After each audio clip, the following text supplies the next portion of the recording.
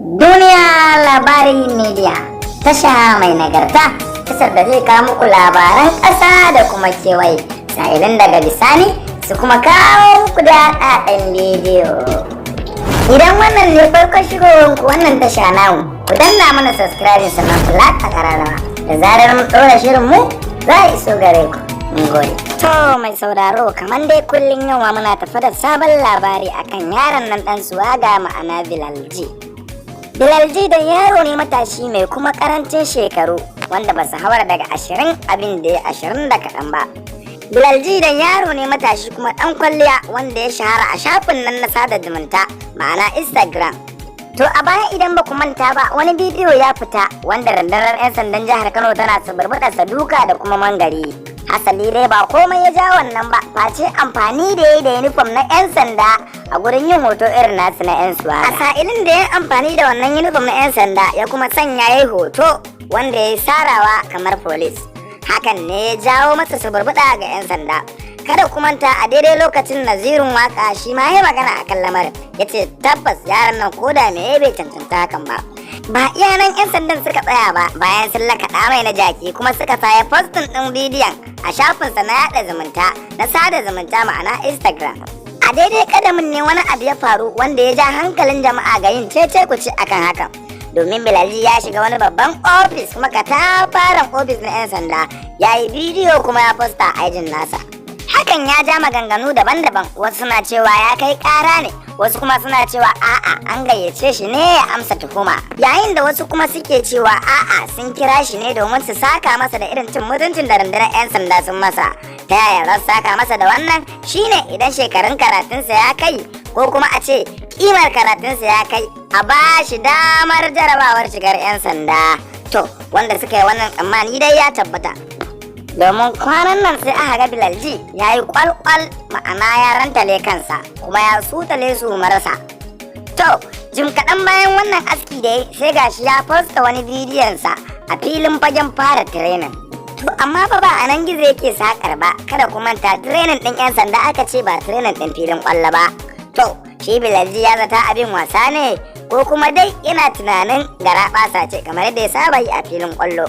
To kada ku manta cin mutuncin da rundunar 'yan sanda ta yi wannan yaro a baya, ita kuma ta kira hakan ba da cin mutunci bane, ta kira hakan da kare hurumin doka, domin sun ce yaron ya yi wa doka yankan kunkurin bala. Sannan rundunar 'yan sanda ta kara da cewa yanayin yadda yaron ya yi amfani da kayan to hakan wulakanta doka ne, su kuma a koda yaushe za su kasance mai kare doka kuma sun ladabtar da shi ne saboda 'yan baya, saboda dama Hausawa suna cewa ana tauna tsakuwa don aya ta ji tsoro. Kafin mu shiga cikin maudu'in labarin da ya fashe, bari mu dangana ku ga wancan tsohon bidiyo da 'yan sanda suka yi masa. Police of Nigeria, Yemen, Subabani, aka Milaji Bilal Adukaya. Bilal. Mana. Bilal. Mana. Bilal. Mana.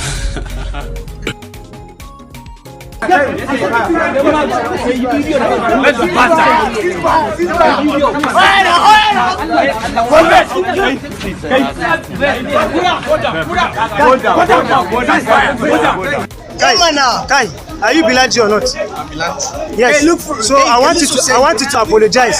I want you to apologize for what you have done. I'm sorry for the wearing for the Who gave you the uniform? impersonation. Impersonation. So you know it's wrong. Why did you do it? Do you even know me? Do you know who I am? You are telling Bilal G. Bilal G. Kai, bring your phone. Bring your phone so the video with your phone. You post it now. And let me tell you, if you delete that post in 24 hours. To fa mai sauraro, wannan shine cin mutuncin da 'yan sandan jihar Kano suka yi wa Bilal G a wancan lokaci. Yanzu kuma labarin da ya fashe a filin atisayi an ga Bilal G yana kuka, kuma yayin da 'yan sandan suka ɗauka suka ringa posting. Amma hukumar 'yan sanda ta sa a kwakwaran bincike akan wanda suka aikata wannan abin, kuma ta yi alƙawarin ladabtar da su akan aikin da suka yi.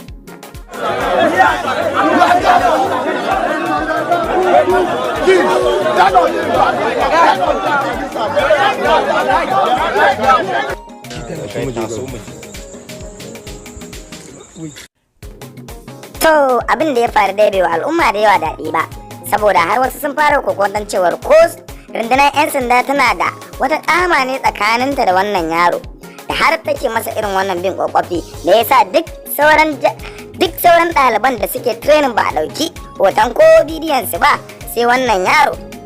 Jama'a dai suna ta maganganu da yawa akai, wasu suna cewa kai haƙuri yaro, insha Allahu nan gaba za ka ga alkhairi, wasu kuma na cewa kaga idan ba za ka iya ba ka dawo gida, wasu kuma na ƙara da cewa mahaƙurci mawadaci. Mutane suna ta maganganu da yawa.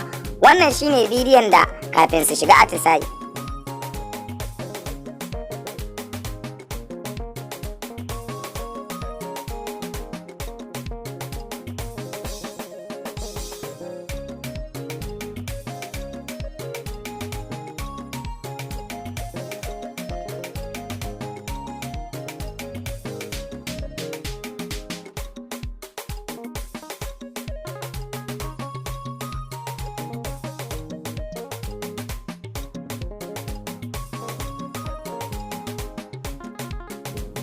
To, dama Hausawa suna cewa duniya ta ishi bagaruwa jima. To mai sauraro ko me ra'ayinka game da wannan abu da rundunar 'yan sanda suka aikata wannan yaro? Mai saurare kada ka manta idan wannan ne farkon shigowanka wannan tasha, ka danna mana subscribe sannan ka danna ƙararrawa da zarar mun ɗora bidiyo za iso gare ka insha Allah.